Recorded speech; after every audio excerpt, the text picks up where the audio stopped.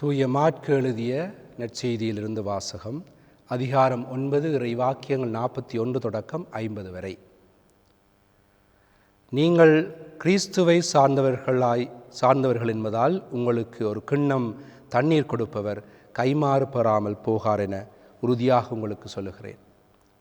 என் மீது நம்பிக்கை கொண்டுள்ள இச்சிறியோருள் எவரையாவது பாவத்தில் விழ செய்வோருடைய கழுத்தில் ஓர் ஏந்திரக்கல்லை கட்டி கடலில் தள்ளிவிடுவதே அவர்களுக்கு நல்லது.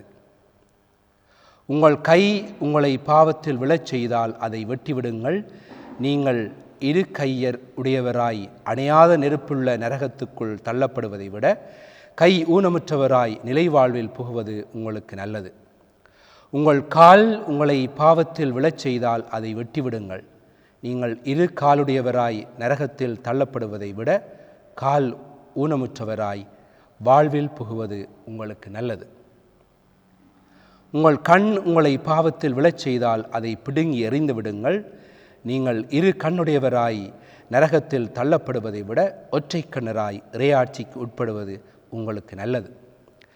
நரகத்திலோ அவர்களை தின்னும் புழு சாகாது, நெருப்பும் அவியாது.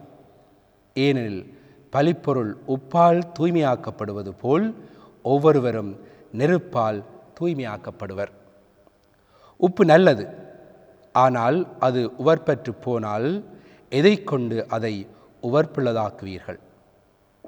நீங்கள் உப்பின் தன்மையை கொண்டிருங்கள், ஒருவரோடு ஒருவர் அமைதியுடன் வாழுங்கள்.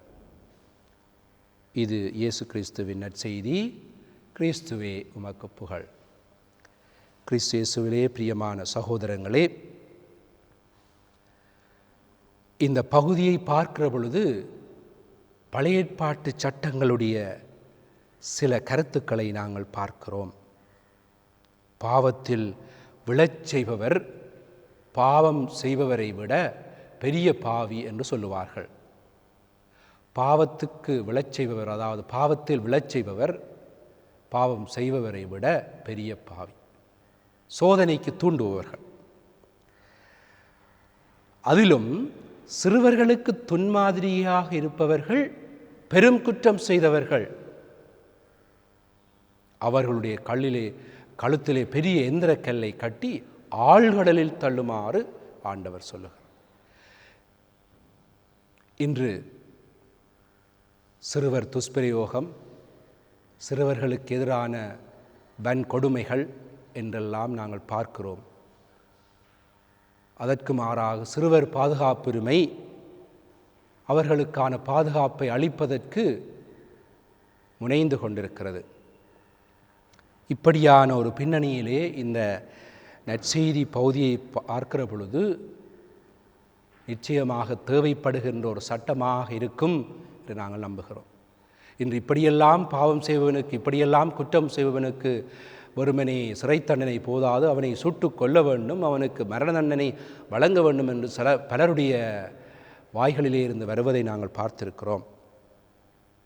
ஆனால் இந்த சட்டங்களை எல்லாம் பார்க்கிற பொழுது மத்திய கிழக்கு நாடுகளுக்கே உரிய சட்டங்களாக இருக்குமோ என்று சொல்லி சிந்திக்க தோன்றுகிறது.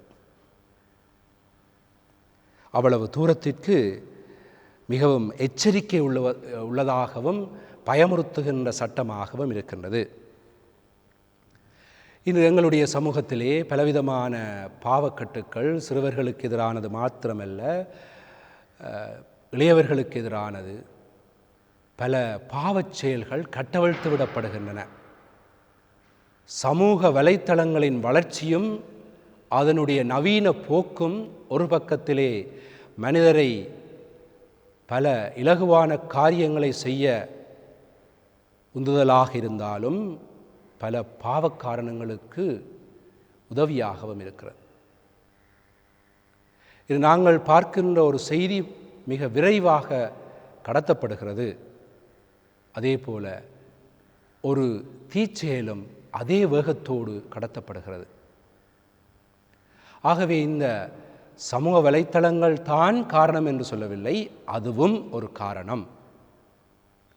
ஆகவே இந்த பாவச் செயல்களுக்கு எதிராக நாங்கள் போராட வேண்டும் என்று சொன்னால் ஒவ்வொரு தனி மனிதனும் தன்னுடைய மனச்சாட்சியை உளப்பாங்கோடு உருவாக்கி கொள்ள வேண்டும்.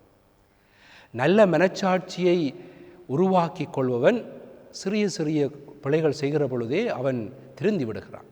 ஏனென்று சொன்னால் மனச்சாட்சி என்பது இறைவனுடைய குரல் என்று சொல்லி 2ஆம் வத்திக்கான் சங்கேடு சொல்லுகிறது.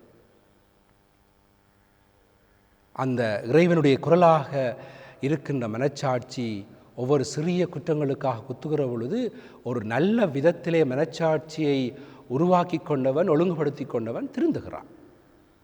ஆனால் மழுங்கடிக்கப்பட்ட மனச்சாட்சிகளோடு வாழுகின்ற மனிதர் கூட்டம் மீண்டும் மீண்டும் பெரிய பெரிய பாவங்களை செய்து பெரிய பெரிய குற்றங்களுக்கு குற்றவாளியாக மாறிவிடுகின்றான். ஆகவே நாங்கள் எங்களுக்குள்ளே இந்த மனச்சாட்சியை உருவாக்கி கொள்ள வேண்டும் என்று சொன்னால், ஆண்டவர் இயேசு இன்றைய நற்செய்தியின் கடைசி வார்த்தையிலே சொல்லுவது போல நாங்கள் உவர்ப்புள்ள உப்புக்களாக இருக்க வேண்டும். உப்பு உவர்பற்று போனால் அதனால் பிரயோசனமில்லை, அது வெளியிலே கொட்டப்பட்டு மனிதர்களால் மிதிக்கப்படும். ஆனால் உப்பு உவர்ப்புள்ளதாக இருந்தால் அது சுவையை கொடுக்கும்.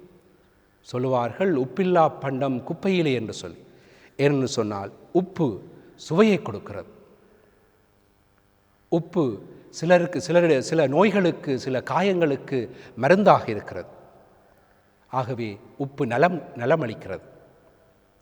சில பொருட்களை தூய்மைப்படுத்துவதற்கு உப்பு பயன்படுத்தப்படுகிறது.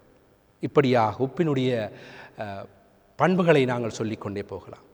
ஆகவே நாங்கள் ஒவ்வொருவரும் உப்பாக இருக்க வேண்டும் என்று சொல்லி எங்களை ஆண்டவர் இயேசு அழைத்து நிற்கிறார் என்று சொன்னால், எங்களுக்குள்ளே நாங்கள் சுவையுள்ளவர்களாக, நலமுள்ளவர்களாக, தூய்மை உள்ளவர்களாக இருக்கிற பொழுது நாங்கள் பாவச் செயல்களுக்கு இடம் கொடுக்க மாட்டோம்.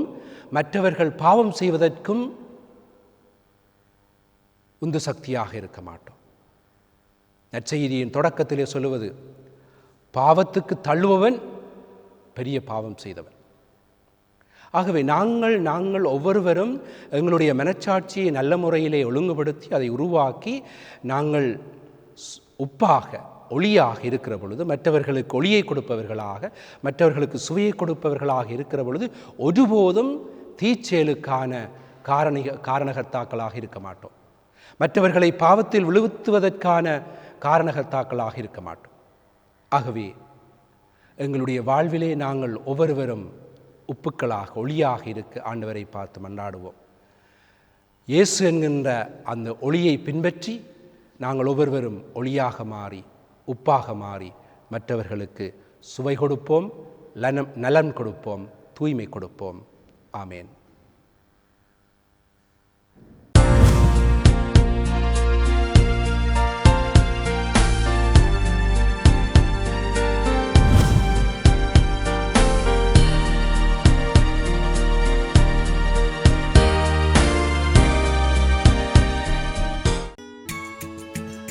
ஹோலி மேடையில் புத்தம்புது நிகழ்ச்சிகளை உடனுக்குடன் பார்த்து மகிழ எமது ஃபேஸ்புக் மற்றும் யூடியூப் பக்கத்தை லைக் செய்யுங்கள்.